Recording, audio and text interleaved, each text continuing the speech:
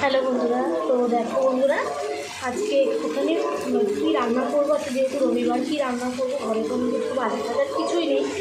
তো ফ্রিজ খুলে দেখি যে গিলা মিটে রয়েছে অল্প একটুখানি, ওই দুটো মিট, একটা গিলা আর একটু আলু দিয়ে আমি এটা দিয়ে কেটে কেটে মানে মিটেটাই কেটে নিয়ে দুজন মানুষ খাবে, মানে আমি আর আমার বউ, তার জন্য একটু আলু বেশি করে দিয়ে এই মেটেটাকে গিলা মেটেটাকে রান্না করে ফেললাম।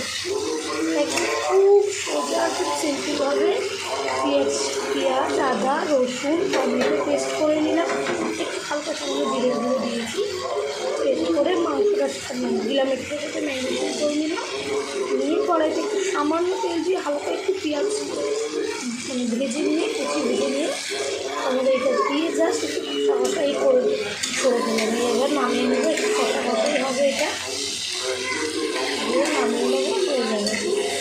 একটু হালকা আলুটাকে ভেজে নিয়েছি, সেই নামটা দিয়ে একবারে কষিয়ে নিয়ে কষা কষাই করবো।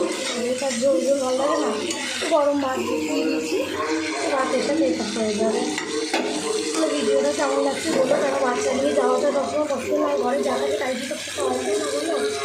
তো যাই হোক, সেটুকুই আছে করে দিলাম, ওদের একবারে কেমন থেকে দেবেন এসেছি।